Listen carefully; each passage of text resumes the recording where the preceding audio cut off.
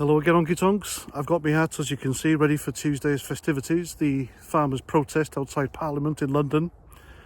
And I hope to God it's still happening, because I've yet to see anything official about this. So I really hope I'm not the only guy stood there wearing this hat, walking around Parliament Square.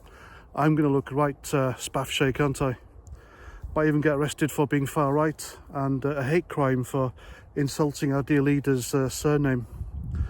Anyway, talking about hate crime, according to the internet, and it's not rumours, this is true, thousands of people are currently being investigated in Britain for non-crime hate crime, or words to that effect.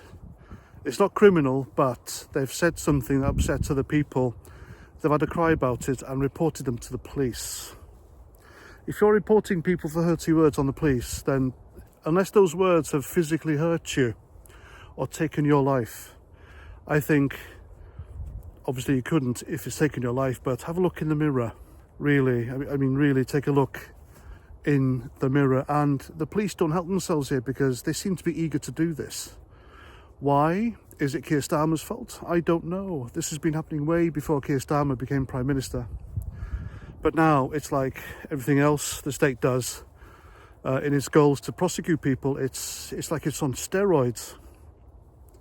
It's ramped up. Ever since Keir Starmer came to power, more people are getting done for it. Why is that? I'll tell you why. Free speech. I've told you before, guys, they're coming for our free speech. And because they have no control of all the social media platforms, and the one they really want is X. That's considered the public square social media platform, isn't it? It's the place to be for everything now. News, gossip, rumours, having a laugh, everything. It's the one to be in. And they haven't got it anymore. They're fleeing, or they don't like the fact that the right have it. And the right are willing to share. Like I've said, we don't want it for ourselves. We don't want it to be an echo chamber. We want to share it. It's for everyone. And that's what Elon Musk has done. He's made X a place for all, and they don't like it. They just want it a place for them, as they do everywhere else. These oppressive, intolerant, woke fascists, they are everything they accuse us of being, folks. Everything.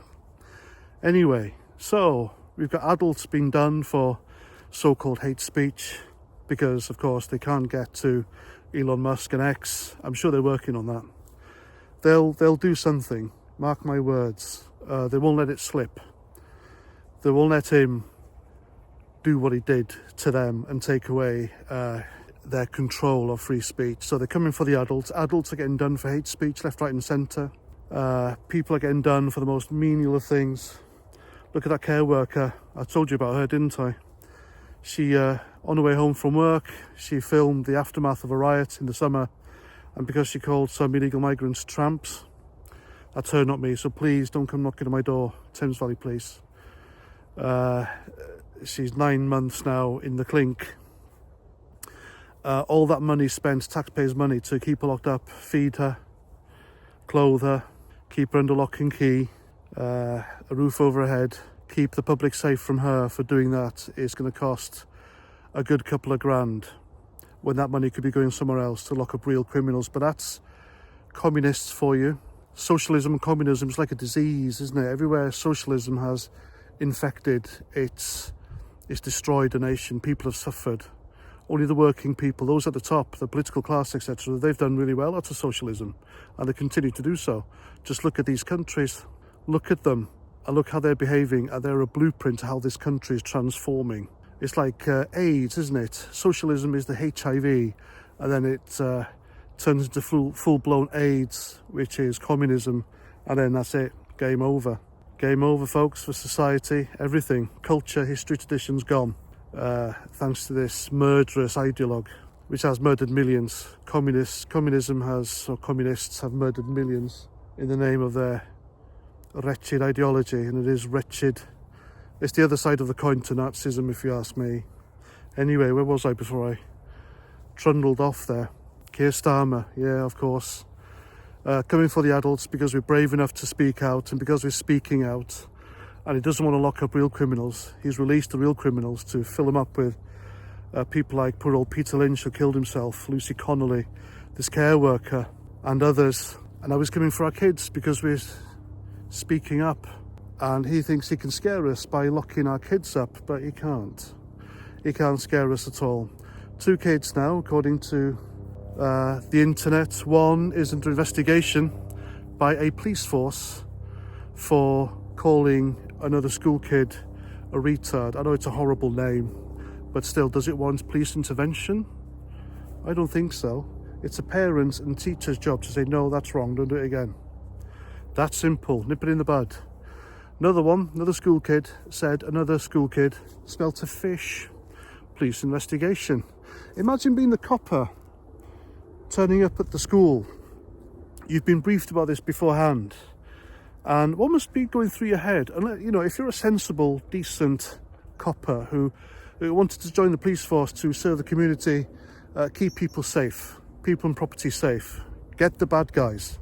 That's your job. That's what you want to do when you be a police officer, isn't it? That's what I wanted to do when I tried to join Hampshire Police. Another long story, I'm sure you've heard it before. But is it the Owen Jones type? Is it like a man-hater?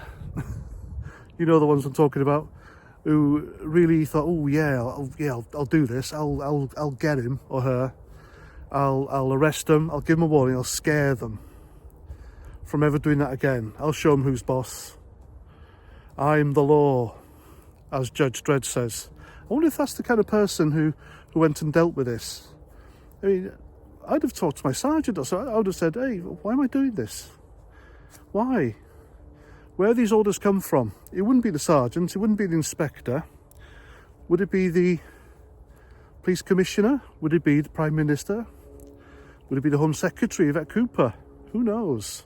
But the buck stops with Keir Starmer, if you ask me. And I know I've said before, he is like the guy at the till, isn't it? When you go to a shop, he's not the manager really, he's just the first point of contact. You complain to him, he may or may not take it to the manager, he may deal with it himself, but he's not in charge. I'm telling you now, it's someone or some of the people. Take that to the bank. But this isn't about you, it's not about me, it's not about our kids, it's about speech. It's about controlling it. It's about controlling social media, and the socialists, the communists, the Marxists, they need that to succeed. And until they get X and Elon Musk, then they can't succeed. While people like you and me speak out against it, stand up to Keir Starmer and his ilk, they can't succeed. While we protect our kids and stop them from being indoctrinated at school, they can't win. They really can't win, and we have to persevere and carry on and keep on going. Do these protests. And to be honest with you, I think I've come to the realisation that protests in London don't work. They really don't. If there's a problem at the South Coast, you know what I'm talking about. We protest at the South Coast. That's where the problem is. Not London, they don't care. How many protests have we been to in London now and they don't care? We could live in London. We could camp outside Parliament Square and starve ourselves to death. They wouldn't give a toss. There's a guy from Blackpool currently doing that at the moment. I tried to find him at the last Tommy March, but I couldn't find him. For some reason, I really wanted to talk to him, and he's starving himself to death because of Starmer taking away the winter fuel allowance. And Starmer doesn't care. The people don't care. They really don't give a toss, Parliament. Unless, of course, like someone did suggest, that we all wore Palestinian flags, then maybe they might listen. Remember months ago, there was a vote on Israel. I think it was selling arms to Israel, or supporting Israel.